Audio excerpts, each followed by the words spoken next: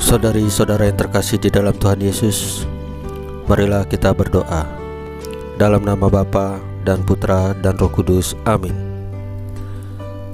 Bapa kami yang ada di surga, dimuliakanlah nama-Mu. Datanglah kerajaan-Mu, dan jadilah kehendak-Mu di atas bumi, seperti di dalam surga. Berilah kami rezeki pada hari ini, dan ampunilah kesalahan kami, seperti kami pun mengampuni yang bersalah kepada kami.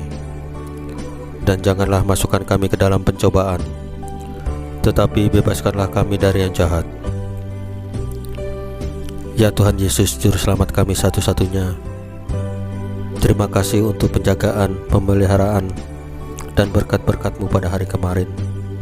Terima kasih untuk nafas kehidupan hari ini dan hari yang indah hari ini. Ampunilah segala perbuatan, tindakan, pikiran, perasaan kami yang mengakibatkan dosa-dosa. Ampunilah dengan kerahiman-Mu ya Tuhan Yesus, dan berikanlah kerinduan ya Tuhan Yesus kepada kami untuk menyambut sakramen Maha Kudus, yaitu Engkau sendiri, dalam rupa roti dan anggur, dalam sakramen Ekaristi, baik dalam misa online ataupun misa offline. Ya Roh Kudus, hadirlah saat ini untuk memimpin dan membimbing kami dalam membaca firman Tuhan Yesus, sehingga kami mengerti maknanya dan dapat kami laksanakan dalam kehidupan kami sehari-hari di tengah masyarakat kami. Amin. Dalam nama Bapa dan Putra dan Roh Kudus, amin. Tuhan bersamamu dan bersama rohmu. Inilah Injil suci Yesus Kristus menurut Matius pasal 2 ayat 1 sampai dengan 12, dengan perikop orang-orang Majus dari timur. Dimuliakanlah Tuhan.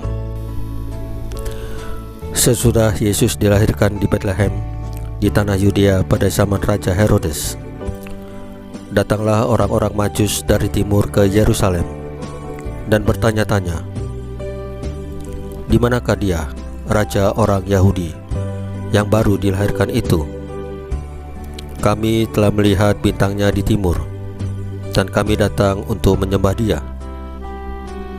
Ketika Raja Herodes mendengar hal itu, terkejutlah ia beserta seluruh Yerusalem. Maka dikumpulkannyalah semua imam dan ahli Taurat bangsa Yahudi.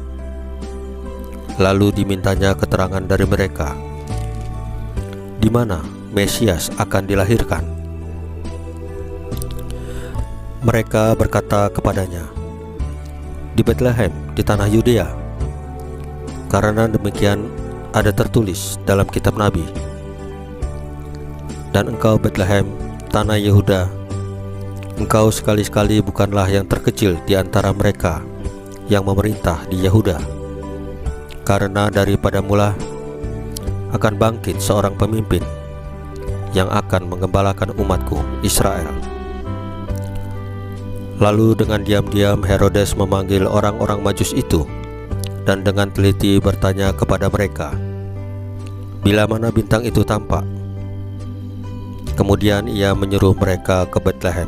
Katanya, "Pergi dan selidikilah dengan seksama hal-hal yang mengenai anak itu, dan segala sesudah kamu menemukan dia, kabarkanlah kepadaku, supaya aku pun datang menyembah dia."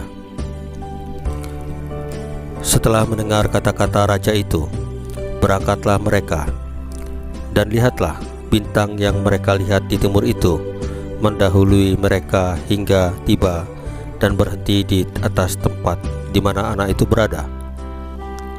Ketika mereka melihat bintang itu, sangat bersukacitalah mereka. Maka masuklah mereka ke dalam rumah itu dan melihat anak itu bersama Maria ibunya, lalu sujud menyembah dia. Mereka pun membuka tempat harta bendanya dan mempersembahkan persembahan kepadanya, yaitu emas, kemenyan, dan mur. Dan karena diperingatkan dalam mimpi supaya jangan kembali kepada Herodes, maka pulanglah mereka ke negeri melalui jalan lain. Demikianlah sabda Tuhan. Terpujilah Kristus. Saudari-saudara yang terkasih di dalam Tuhan Yesus, pada hari ini kita merayakan pesta penampakan Tuhan. Allah itu misteri dan menjadi rahasia besar.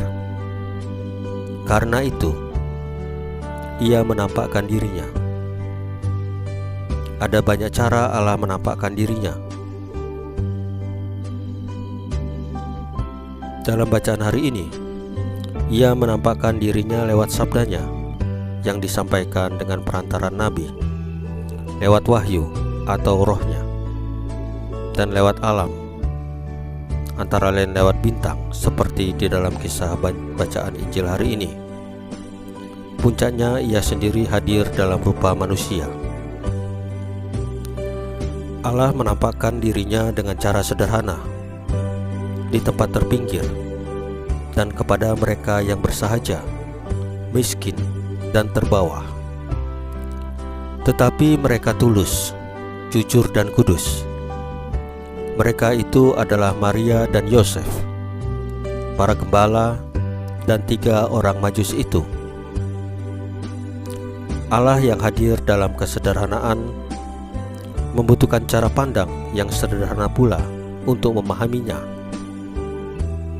Rupanya di hadapan Allah, kekayaan terbesar adalah kesederhanaan. Kekuasaan terbesar adalah kerendahan hati.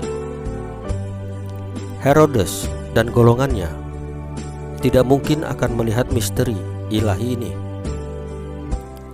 Allah menampakkan dirinya supaya manusia menjadi kuat, mempunyai harapan, selamat, dan kembali kepada citranya.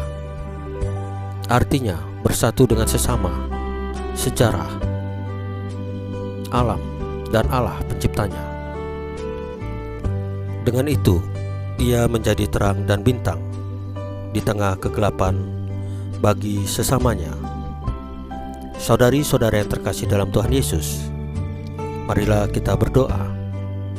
Dalam nama Bapa dan Putra dan Roh Kudus. Amin. Ya Tuhan Yesus, bukalah indera dan batin kami untuk melihat Engkau. Salam Maria, penuh rahmat, Tuhan sertamu. Terpujilah Engkau di antara wanita, dan terpujilah buah tubuhmu Yesus. Santa Maria Bunda Allah, doakanlah kami yang berdosa ini, sekarang dan waktu kami mati. Amin. Dalam nama Bapa dan Putra dan Roh Kudus. Amin. Saudari-saudara yang terkasih dalam Tuhan Yesus, bacaan firman dan renungan hari ini sudah selesai. Tuhan Yesus memberkati kita semua. Amin.